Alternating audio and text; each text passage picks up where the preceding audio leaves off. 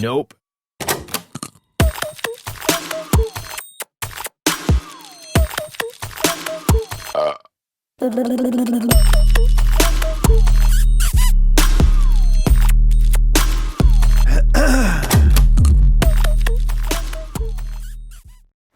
안녕하세요. 방송 22년 건강 프로그램 14년 하면서 안 아픈 데가 없는 시크한 나작입니다. 안녕하세요. 골드미스를 꿈꾸지만 현실은 골골미스 노작입니다. 우리 첫방 나갔잖아요. 반응 어땠어요? 저희 엄마가 저한테 제발 목소리 좀 작게 얘기를 해라. 네 목소리밖에 안 들린다.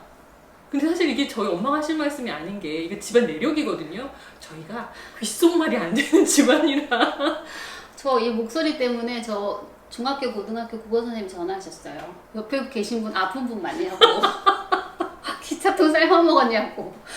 선생님께서 경쟁심 발동하셔가지고 저한테 더 크게 하라고 목소리 큰 게 장땡이라고 하셨습니다. 그래서 저는 오늘부터는 목소리를 좀 낮춰서 좀 우아하고 고상하게 해보려고 노력해보겠습니다. 기대할게요. 그래서 오늘 저희처럼 갑상선 암에 걸리신 분들도 계실 거고 아니면 갑상선 암에 걸릴 확률이 굉장히 많은 높은 예비 갑상선암 환자도 보고 계실 것 같은데 이번 기회에 갑상선 암에 대해서 궁금한 것들을 저희들이 좀 알려드리고자 선배로서 알려드리고자 이렇게 시간을 준비했습니다. 저희 방송 보시면 아 저분들처럼 안 살면 갑상선암 안 걸리겠구나 이런 거 하나 배워가시면 좋을 것 같고 두 번째는 사실 암을 진단받으면 굉장히 막막하거든요. 근데 저희가 경험을 했으니까 저의 말을 들으면서 암 수술부터 그 다음에 저요드 식사 그리고 방사선 치료까지 그때그때 찾아온 어떤 단계별 치료에 대한 정보를 얻어가셨으면 좋겠습니다. 네.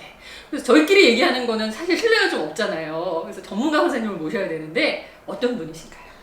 유창하신 분이에요. 말씀을 굉장히 잘하시는 분인가요? 이름이 유창해요.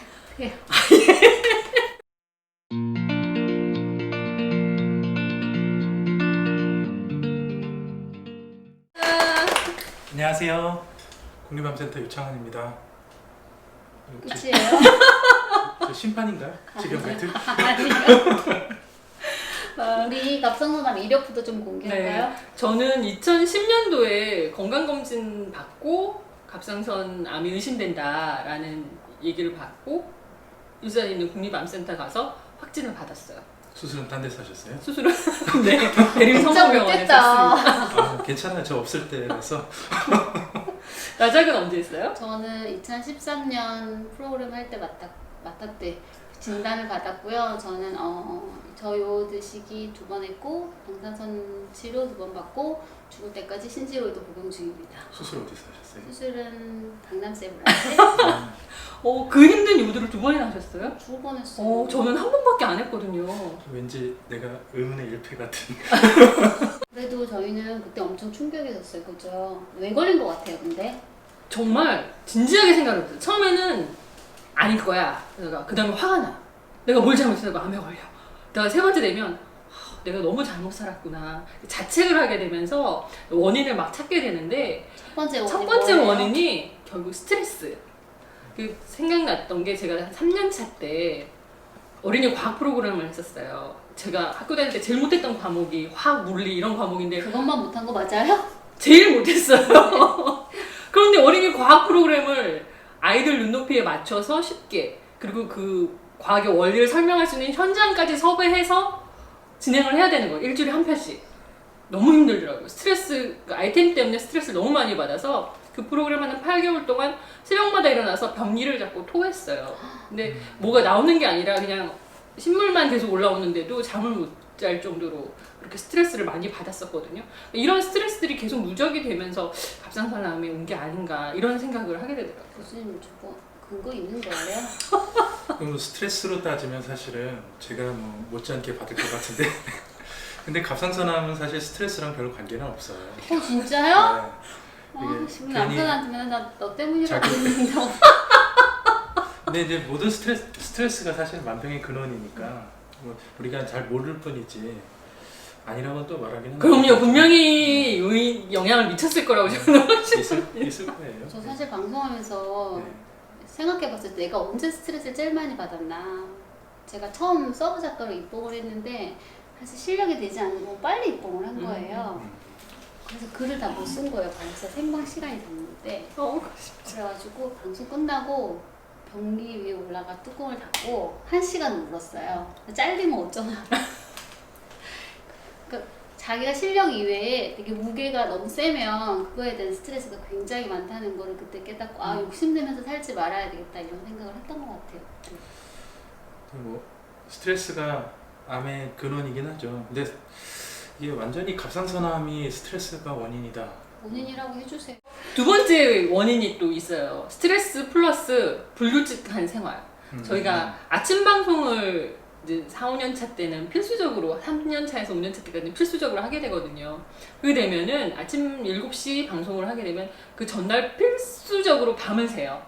그러니까 보통 아침 7시 나가는 방송을 PD가 그 전날 밤 11시 정도에 촬영을 마쳐서 와요. 그럼 그때부터 저는 막 급한 그 인터뷰들, 중요 인터뷰들 초이스 하는 동안 PD는 편집하고 그 한 8분에서 9분 되는 영상을 1분 넘겨주고 2, 3분 넘겨주고 그러면 저희는 거기서 쪽대본을 쓰는 거예요. 그래서 아침 7시면 한 6시까지 원고를 마쳐야지 또 리포터가 리딩도 하고 이런 생활을 한 1년 정도 하게 되면은 정말 밤낮이 바뀐 그런 생활에 또 스트레스가 더하고 운동 못하고 이렇게 불규칙적인 생활을 하다 보니까 또 암에 걸리게 된 요인이 되지 않았나. 저도 맞다고 생각하는 게요. 저도 진짜 저 밤을 한 이틀에 한 번씩 한 5년 샜더니 화장실 가는데 발이 그냥 꺾인 거예요, 밑으로. 그래서 다리 힘이 안 들어가요. 아, 내가 이러다 죽겠구나 이런 생각을 했던 기억이 난 거 맞죠? 이거는 원인이? 그것도 아니에요? 땡. 맞다고 했어요. 뭐지 이거? 왜 땡이에요? 근데 갑상선암은 사실 원인을 잘 모르는 경우가 제일 많아요. 근데 왜 오셨어요 여기? 그러니까 환자분들이 제일 물어보는 게 아우 저 왜 이렇게 살아서 갑상선암에 걸린 거 아닌가 이렇게 말하는 분들이 사실 대부분이거든요. 뭐 내가 뭘 잘못했길래 나한테 왜 이런 병이? 난 좀 잘못 살았어. 근데 그게 아니거든요. 뭐 왜 생기냐 이렇게 하나로 말하면 재수? 아니 이게 의학 박사님 위해서 나올 얘기인가요? 내 말이 현대의학이 얼마나 발달했는데 이런. 되게 원인을 잘 몰라요. 20대, 30대 때 제가 다른 술보다 맥주를 정말 좋아했어요. 그래서 이렇게 퇴근하고 집에 가다가 술 먹자 전화면 이렇게 빠꾸해서 가서 술자리에 참가할 정도로 이렇게 술자리를 참 좋아하고 즐겼는데 딱 암 진단 받고 나서 아, 맥주를 너무 많이 마셔서 그랬나 뭐 이런 자책도 하게 되고 또 김을 제가 굉장히 좋아하거든요. 하루 한 1일 김을 제가 할 줄 먹을 정도로 김을 굉장히 좋아해서 김을 또 너무 많이 먹어서 이렇게 된 건가 그런 자책도 했는데 어떤가요? 첫 번째 술부터 확실하게. 네. 그러니까 술은 관련이 없다라고 정리하는 게 맞아요. 환자분들이 또 많이 물어보는 것 중에 하나가 이게 이제 뭐 십자화가 채소, 네, 뿌리 식물, 뿌리 이렇게 된 거, 그게 뭐 이제 브로콜리, 양배추, 우엉. 뭐 이런 것들이 갑상선암 발병률을 좀 높여준다. 뭐 이렇게 해서 그래요? 그게 어디게 막 또 원래 항암푸드인데. 네, 떠들어다니고 있더라고요. 그게 인터넷에서 좀 떠들어다녀가지고 그래서 좀 찾아봤는데 동물 그 실험에서는 조금 올리기는 해요. 근데 그게 이제 항암푸드잖아요. 여러 다른 암들은 다 떨어뜨리기 때문에 더 좋고 사실은 사람한테는 그런 결과가 없었어요. 그래서 채소는 많이 드시면 많이 드실수록 좋다. 김은 해주는데. 김. 네. 김도 사실은 관련이 없죠. 요오드가 많은데도요? 요오드가 많아도 저희 딸은 1일 3김 아침, 점심, 저녁 김입니다. 다른 맛은 안 해주세요? 이제 해조류, 어패류 이런 것들은 이제 갑상선암과 관련이 많다고 생각하는 이유 중에 하나가 요오드가 많이 들어있어서 그런 건데요. 그 분명히 관계가 있을 거라고 생각은 해요. 이제 하나 같은 경우는 거의 대부분이 유두암 뭐 이런 건데 이제 요오드 섭취가 좀 적은 분들은 여포암이나 뭐 미분암 뭐 이런 것들이 좀 더 많거든요. 그래서 뭔가 관련은 있을 것 같은데 아직까지는 뭐 잘 모르고 좋은 연구 주제라고 생각을 해요. 제가 한번 연구해 보겠습니다. 근데 왜 다 관련이 없죠? 이러면 안 되는데.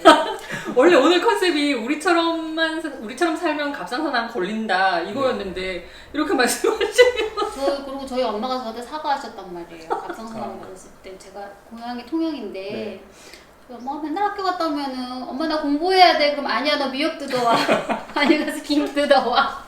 엄마 나 방학 때 공부해야 돼. 그럼 안에 굴 까야 돼. 허탈한 결론이. 그러게요. 원래 이제 진리는 단순합니다. 아, 그리고 이게 네. 저희가 방송을 하다 보니까 좀 예민한 성격들이 많아요 작가들이. 네. 저만 그런가요? 좀 그래요. 그렇죠. 왜냐면 실수하면 안 되는 직업이다 보니까 네. 점점점 예민해지게 되는 네. 거예요. 근데 처음에는 일만 예민했는데 이제 뭐 남편이고 친구고 다 예민하게 되는데 혹시 이런 성격적인 부분이랑 암도도 관련이 있을까요? 아니요, 뭐 그것도 관련 없어요. 뭐죠? 우리 왜 걸린 거예요, 도대체? 정말 복불복인가? 아, 이게 흥미로운 데이터가 하나 있어요. 갑상선암이 왜 걸리냐 이거를 이제 우리가 봤을 때 잘 찾아내서 많이 걸린다. 아, 네. 검진율이 높아서 네. 말씀 듣다 보니까 갑자기 네. 제 주치 선생님께 되게 죄송해지는 게 네. 2010년에 암 확장 받고 수술 들어가기 전에 선생님 저는 왜 갑상선암에 걸렸을까요? 라고 진지하게 이렇게 여쭤봤는데 싹 무시하시고 수술 일정을 얘기하시는 거예요. 본인이 안 나와서 그래요. 그래서 제가 너무 불친절하다라고 속으로 얼마나 힘을 받는데 사실은 불친절해서가 아니라 선생님도 모르셨던 거예요. 잘 몰라요 사실은. 여러분 그러면 저희처럼 살아도 돼요. 그러니까 술 많이 드시고 김도 많이 먹고 일중에 열심히 하시고 네. 이렇게 결혼해 그냥 걸리면 그냥 운명이려니 하고 그냥 치료 받으시면 치료 되고. 잘 받고 네. 그러시면 됩니다. 갑상선암이 또 생과사를 왔다 갔다 하는 병은 또 아닌데 물론 이제 불편한 점도 되게 많고 그 환자분들이 수술 후에 겪는 고통도 되게 많은데 일단 죽지 않는 병이라는 것만 하더라도 좀 감사한 부분이 있어요. 알겠습니다. 교수님 감사하고요. 오늘은 꼭 밝혀주세요. 계속 연구하셔서. 네, 알겠습니다.